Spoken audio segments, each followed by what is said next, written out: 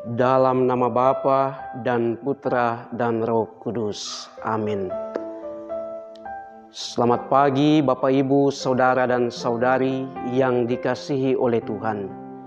Jumpa lagi dengan Renungan Komsos Keuskupan Agung Merauke, edisi Sabtu 31 Oktober 2020. Tema dari bacaan Injil yang kita renungkan hari ini adalah sikap kerendahan hati, di mana dikisahkan di dalam bacaan Injil ketika Yesus datang berjumpa dengan mereka di dalam sebuah perjamuan. Ada begitu banyak orang berlomba-lomba untuk mencari kehormatan, untuk mencari tempat duduk yang utama di dalam perjamuan itu.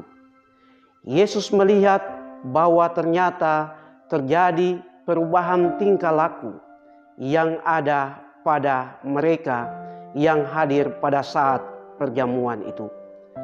Setelah Yesus mengamati, melihat apa yang terjadi, yaitu perubahan tingkah laku itu, Ia kemudian memberikan pesan kepada mereka bahwa ketika kamu diundang ke dalam sebuah perjamuan, hendaknya kamu jangan mencari tempat yang terhormat, sebab bisa saja sang pemilik pesta itu pasti mengundang ada orang yang mungkin lebih terhormat daripada kita. Apa yang mau dikatakan oleh Yesus kepada kita melalui bacaan Injil ini? Setidaknya ada beberapa poin yang perlu kita tegaskan di dalam kehidupan kita. Yang pertama, yaitu kita belajar untuk menjadi pribadi yang rendah hati. Kita belajar supaya tidak mencari kehormatan, tidak mencari kedudukan, karena semua itu akan datang dengan sendirinya kalau kita senantiasa bersikap rendah hati dalam menata kehidupan ini.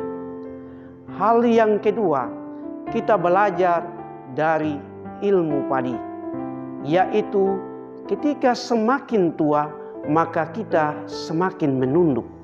Artinya bahwa kita semakin tua semakin bijaksana, semakin rendah hati, bukan rendah diri dalam hidup ini. Hal yang ketiga, kita belajar untuk senantiasa menjadikan spirit yang telah ditunjukkan oleh Yesus kepada kita di dalam hidup ini, agar kita menjadi orang yang rendah hati. Ketika kerendahan hati itu ada, kita mampu untuk mendengarkan orang lain. Ketika kerendahan hati itu ada di dalam hidup kita, kita mampu untuk mendengarkan apa yang menjadi pesan Yesus bagi kita di dalam hidup ini.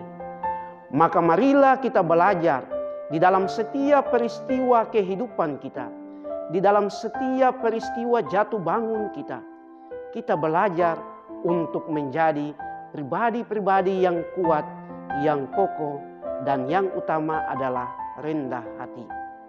Semoga Tuhan membantu kita, menolong kita untuk menjadi pribadi yang rendah hati. Tuhan memberkati kita sekalian. Dalam nama Bapa dan Putra dan Roh Kudus. Amin.